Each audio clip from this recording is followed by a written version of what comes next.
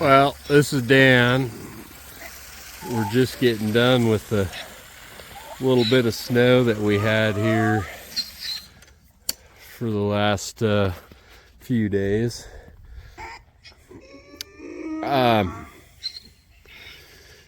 It's been pretty cold here. It warmed up way too fast. When I set this, we're at our place in Central Oregon that we're moving from. But you can kind of see I dug and set up the frost free right next to the stock tank, right next to some power. So that was all put in by me since we've been here. To set it up easy, right now I'm draining the water out of the hose, banging the water out of the end of it, or it'll be froze tomorrow when I need it. So we're dealing with a big mess. We're in the high desert, and it's normally never this muddy. We don't deal with mud here. We're going to be dealing with mud at our new place, but it's been kind of interesting. It was 28 for a daytime high yesterday. Today was 50. So yesterday there was probably 4 or 5 inches of snow, and it just disappeared. They got Zeke over there. He's never happy about anything, but come here, buddy. Zeke, come on. Yeah, Zeke pretty much does what he wants. He's a grumpy ass. We'll see if we can get him to come over. Come on, buddy. Come on. Yeah.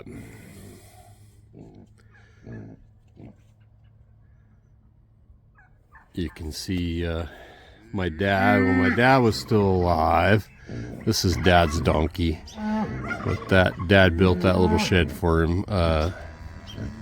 Ezekiel, so was Dad's pet.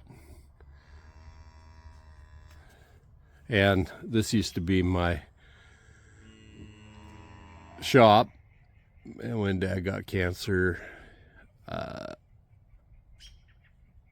Dad and I turned it into a house for him and Mom. So that's his greenhouse right there in the middle, and then some storage. But looks like Zeke's gonna talk to y'all for a minute, maybe. I don't know. Anyways, I'm out loading up the hay cart for Erica. We've got 2 heifers over here. 3 heifers actually. So the 2, I think that they're both the black ones are bred, and the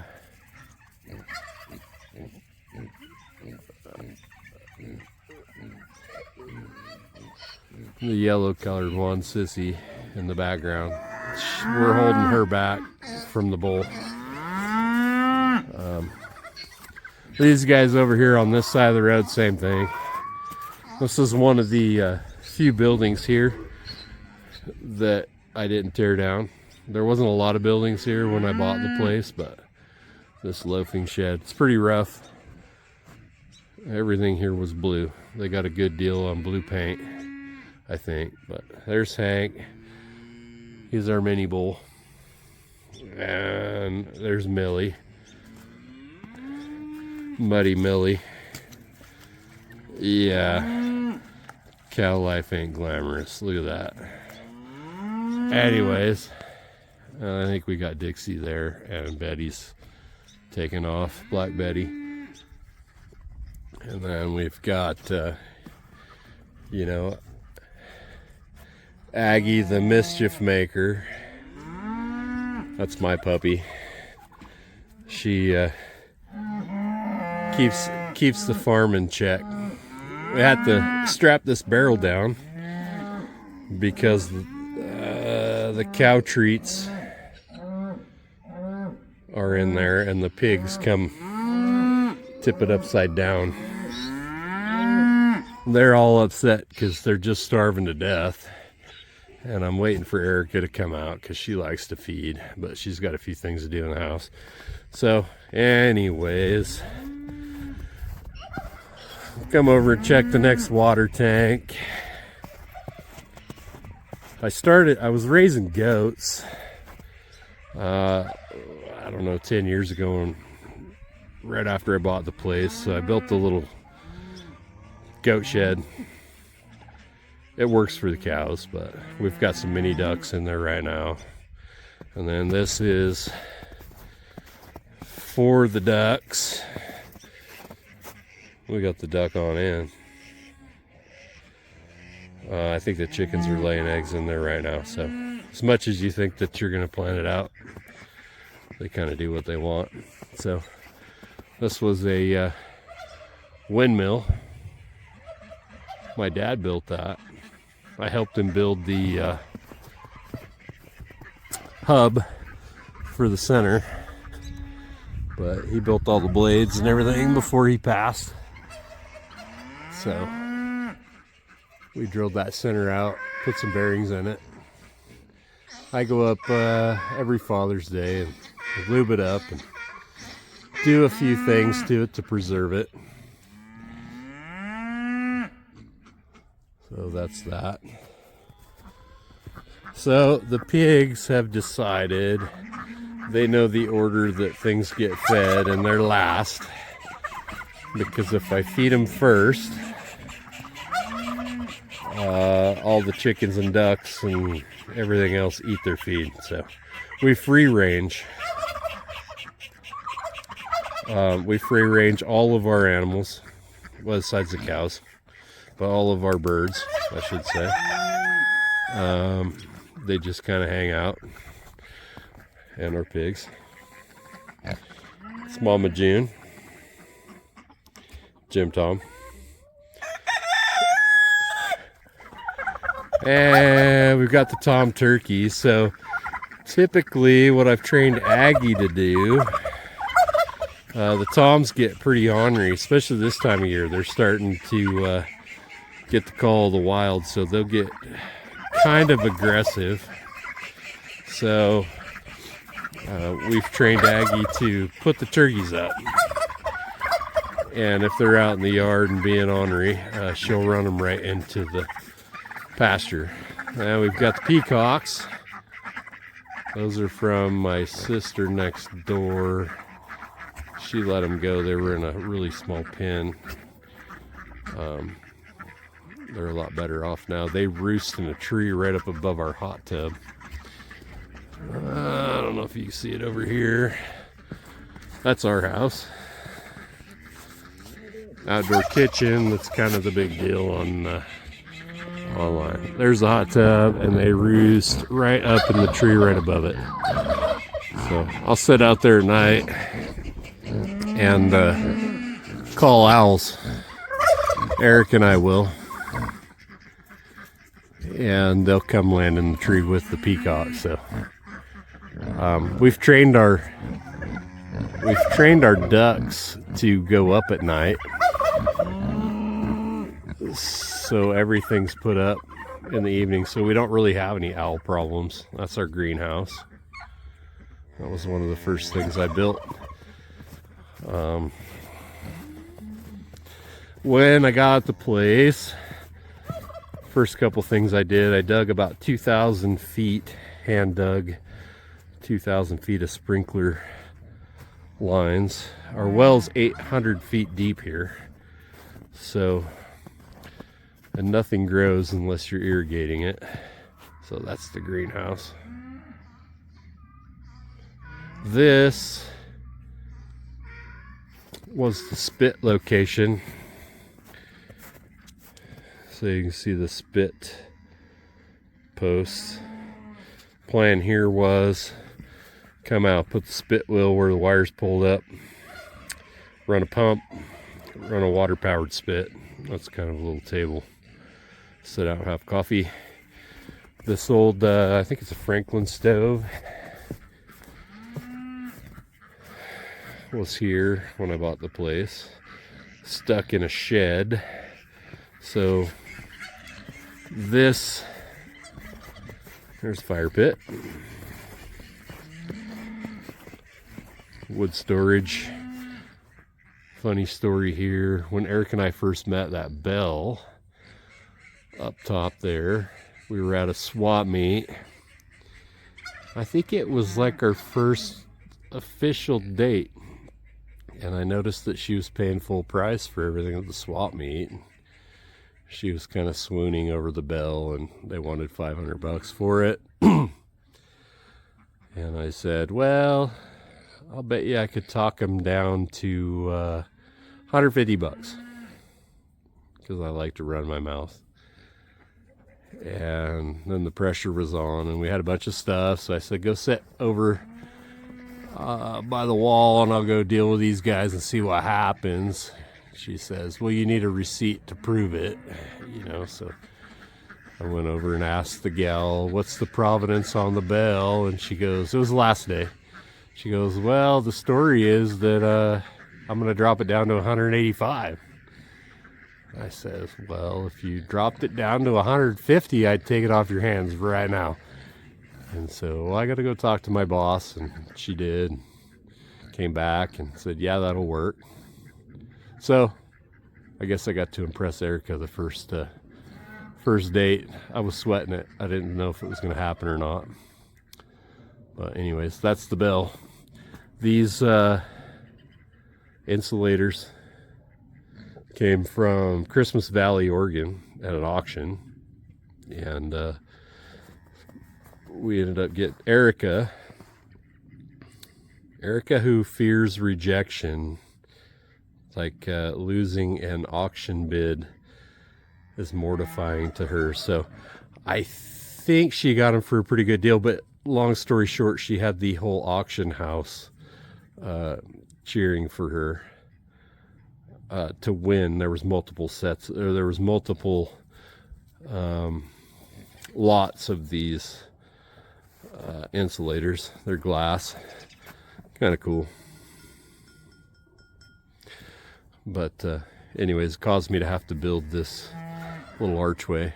People give me stuff. I think my cousin Trevor gave me that chainsaw and that chainsaw. So showcase them. Good conversation pieces. This is a chicken coop I built. I blew my knee out. And I was supposed to be laid up for a while, and I couldn't sit still. So came out, sat in a lawn chair, built a good majority of this chicken coop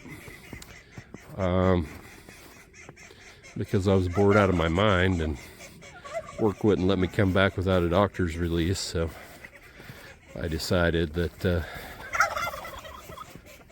I need something to do. So anyways, this side's open. You can kind of see this side. You pull the rope, and that goes into the nest boxes. It's got a screen door closer, so it's supposed to close it, but I suspect that there's some dirt stuff in there. This side, which became a catch-all, this roof lifts up this way, and there's a feeder in there. We don't really use that because it just attracts the mice, so we only feed as we pitch it out. So it makes the animals, you know, think we're super cool too. When I'm raising pigs to eat, you guys hear that? When I'm raising pigs to eat, quit biting my shoes. You might be on that list. Anyways, when I'm raising meat pigs, they live here. That's a little pig hut for them. I usually do that in spring. So that's kind of a condensed version of the farm. Eric and I will do one a little bit more in depth at a later time. It's been a neat place here. Big problem. We're all the time getting stuff at auction. This is an old horse-drawn sickle bar mower. I'm thinking about making that into the gate at the new place and having it lift straight up. I haven't sorted it out yet, but it may happen. And This is the cedar. I think we got this for 10 bucks. Of course it looks cruddy now because there's nothing growing in there, but usually full of flowers. Then, yeah, didn't have enough room for hay in the hay shed. So have a little, we can store hay outside here. It's not a big deal. It's an old John Deere cultivator. I think it's even stamped John Deere on it. See if I can find that without making you guys dizzy. I know I saw it on there at one point. Oh, there it is.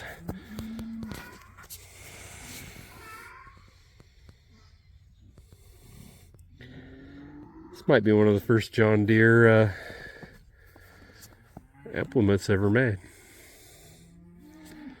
We'll zoom out. There we go. Then this building right here used to be one of those metal sheds. It was over on the other side of the house, but Dad needed a little shop, so I don't know if I can find a picture of it, but I come home one day and he had it loaded up on the lumber rack of his Ford Ranger. Drove it over here, backed it up on a platform.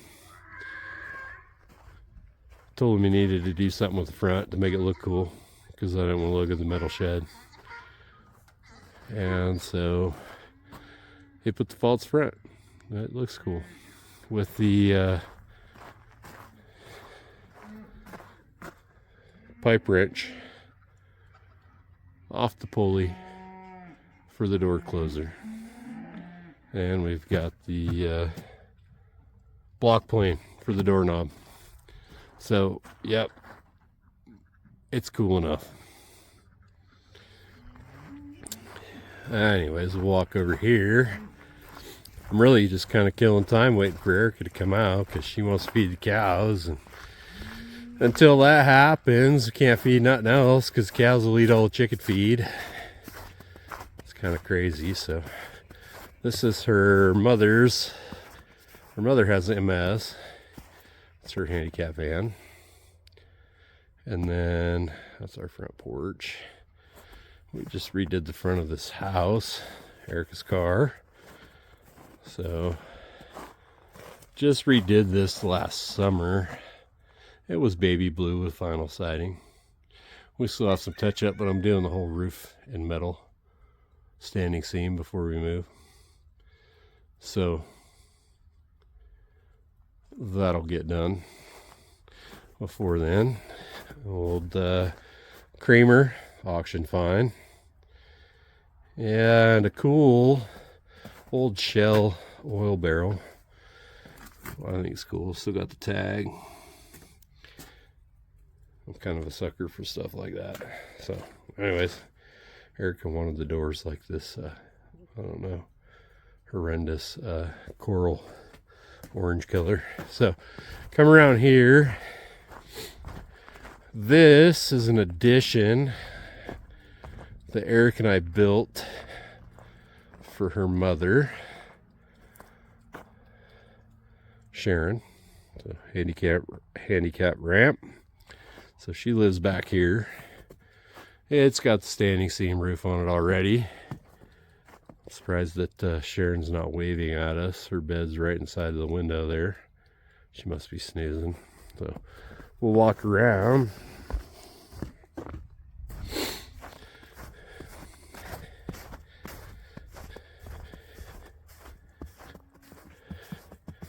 So I have some tin to put up in the eave. I have the tin, it just needs to go up. And then that's the front porch on Sharon's place. Probably do some skirting down here. I think it needs it before we peel out of here. The last project that I'm on right now, excuse the mess, but it is a construction zone. So this whole back porch that you're looking at in center, there's two laundry rooms back there, one for Sharon's place and one for our place.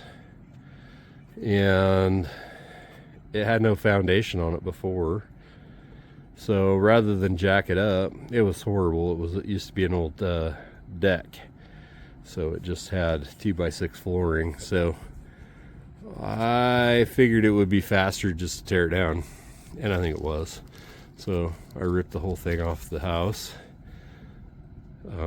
Got the cement mixer out here and poured a footer and a foundation and built a dang back porch on it. I think it's 40 feet by 8 feet total. So laundry room on one half, laundry room on the other half. And the last of, you get to see the big mess here, but the last of the vinyl siding. That's the mini split right in the middle I installed. That's the last of vinyl siding, so we'll side that and paint it. And then the house is kind of done, I think. We'll maybe do some inside stuff. I built the cabinets in the kitchen and did some cool stuff in there. So this is the shop. Go around front.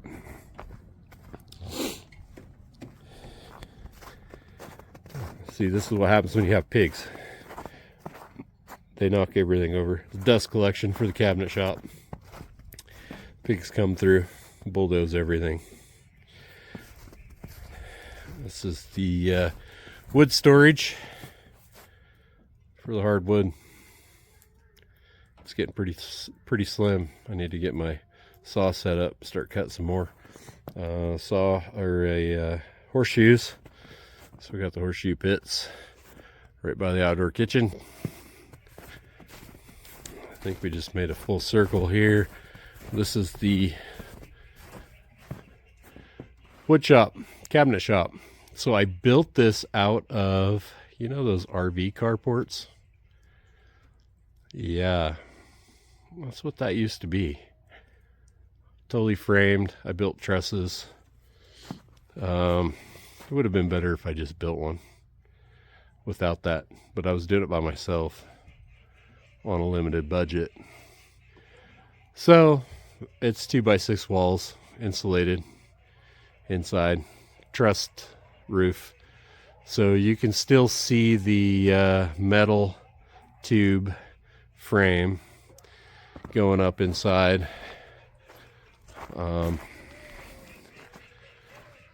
This was a building that we reclaimed. That tin came from. Got it backlit, so at night you kind of got a little bit of light. But all the front here was out of the building that Eric and I tore down right when we first met too. So it was close to the time of the swap meet on the Bell.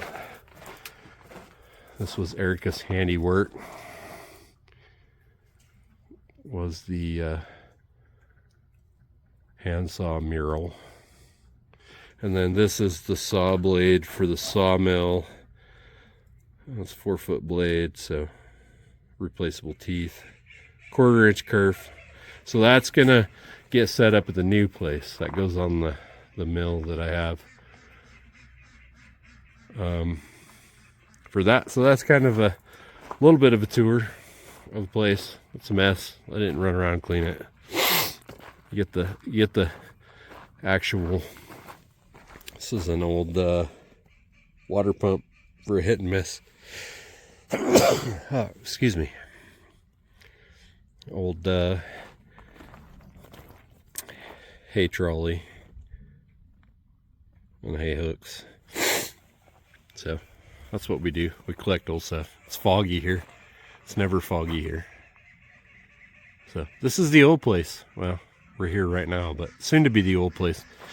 It's a nice place. If it didn't have water 800 feet deep and we weren't in the middle of the dang desert, it's a tough existence.